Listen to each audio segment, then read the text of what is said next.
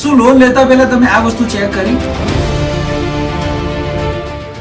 તમે જ્યારે બી કોઈ પણ તમારો બિઝનેસ માટે કોઈ તમારું રો મટીરિયલ પરચેસ કરવા જાઓ છો, કોઈ પણ વસ્તુ પરચેસ કરો છો તો તમે 5 જગ્યાએ પૂછો છો. એ પ્રોડક્ટની ક્વોલિટી તમે ચેક કરો છો, એ તમારું પર્ટિક્યુલર રો મટીરિયલ તમારા ફિનિશ પ્રોડક્ટમાં ફિટમેન્ટમાં બેસે છે કે નહીં એ ચેક કરો છો, એના પ્રાઇસિંગ ચેક કરો છો, એની બધી જ રીતે તમે ખાતરી કર્યા પછી તમે એને લો છો. તો આ સેમ વસ્તુ તમે જ્યારે લોન લેવા જાઓ છો તો તમે તમારા ફાઇનાન્શિયલ ડેટા ચેક કર્યા, શું તમે તમારા ફિનાન્શિયલ સ્ટેટમેન્ટ્સ ચેક કર્યા, શું તમે તમારા GST returns bank statements check કર્યા? આ નથી કરતા. આ ઇમ્પોર્ટન્ટ પેરામીટર છે જ્યારે તમે લોન લેવા જઈ રહ્યા છો.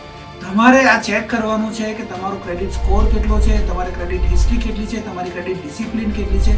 બેંક સ્ટેટમેન્ટ તમારે ચેક કરવાના છે કે એમાં કોઈ ઇનડિસિપ્લિન નથી થતા, ચેક રિટર્ન્સ નથી થતા, ઈએમઆઈ બાઉન્સ નથી થતા, પેમેન્ટ સાયકલ બરાબર ચાલે છે. તમારે ચેક કરવાનું છે તમારું જીએસટી ટર્નઓવર મારા ઇન્કમ ટેક્સના ટર્નઓવર સાથે મેચ થાય છે કે નથી થતું, મારા બેન્કિંગ ટર્નઓવર સાથે મેચ થાય છે કે નથી થતું. તેના ઘણા બધા પેરામીટર છે જે તમારે જોવાના છે. લોન ડાયરેક્ટ અપ્લાય ના કરો, તમે તમારી ક્રેડિટ પ્રોફાઇલ ચેક કરો, તમારા બિઝનેસ પ્રોફાઇલ ચેક કરો અને પછી જાણ્યા પછી કઈ પ્રોડક્ટમાં તમે ફિટ બેસો છો એના પછી તમે લોન અપ્લાય કરો, તો તમને લોન રિજેક્શનનો સામનો નહીં કરવો.